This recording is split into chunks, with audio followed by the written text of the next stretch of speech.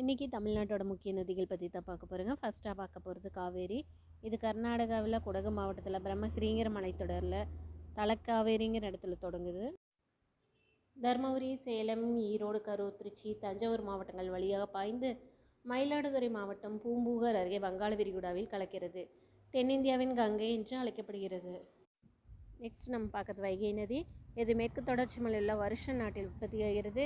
தேனி, மதுரை, சிவகங்கை, ராமநாதபுரம், திண்டுக்கல் மாவட்டங்கள் வழியாக பாய்ந்து ராமநாதபுரம் மாவட்டம் பாக் ஜலசந்தி அருகே கடலில் கலக்கிறது. இது மதுரை நகரின் முக்கிய நீர்வீழ்ச்சியாகும். அடுத்ததாக பார்த்திங்கன்னா தாமிரபரணி. இது மேற்கு தொடர்ச்சி மலையில் அகத்தியர் மலையில் உற்பத்தியாகிறது. திருநெல்வேலி, தூத்துக்குடி மாவட்டங்கள் வழியாக பாய்ந்து புன்னைக்காயல் பகுதியில் மன்னார் வளைகுடாவில் கலக்கிறது. அடுத்ததாக நம்ம பார்க்குறது பாலாறு நதி. இது கர்நாடகாவின் நந்திமலையில் உற்பத்தியாகிறது. வேலூர், திருப்பத்தூர், காஞ்சிபுரம், செங்கல்பட்டு மாவட்டங்கள் வழியாக பாய்ந்து வங்காள விரிகுடாவில் கடலில் கலக்கிறது. இது பெரும்பாலும் மலை சார்ந்த நதியாகும். மணல் அகழ்வு காரணமாக இதோட நீரோட்டம் குறைஞ்சிருக்கு.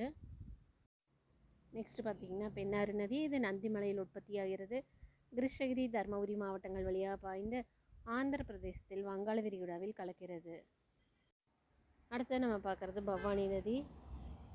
இது நீலகிரி மலையில் தோன்றுகிறது.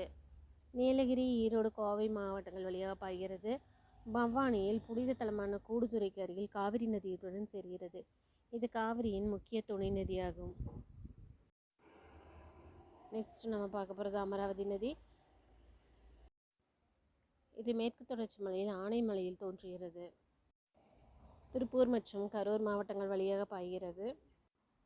கரூர் நகரிலிருந்து சுமார் 10 கிலோமீட்டர் தொலைவில் அமைந்துள்ள திருமுக்கவுடலூரில் காவிரி ஆற்றுடன் சங்கமிக்கிறது. நெக்ஸ்ட் நம்ம பார்க்குறது நொய்யல் நதி. இது வெள்ளையங்கிரி மலையில் தோன்றுகிறது. கோயம்புத்தூர், திருப்பூர், கரூர் மாவட்டங்களில் பாய்கிறது. கரூர் மாவட்டத்தில் நொய்யல் கிராமத்தில் நொய்யல் ஆறு காவிரி ஆற்றில் சங்கமிக்கிறது.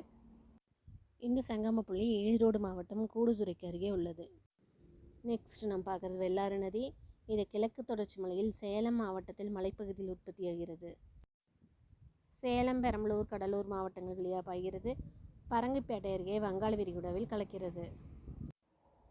அடுத்து நம்ம பார்க்குறது செய்யாறு நதி. இது ஜவ்வாது மலையில் தோன்றுகிறது. திருவண்ணாமலை, காஞ்சிபுரம் மாவட்டங்கள் வழியாக பாய்கிறது. காஞ்சிபுரம் மாவட்டத்தில் பாலாறு நதியுடன் சேர்கிறது.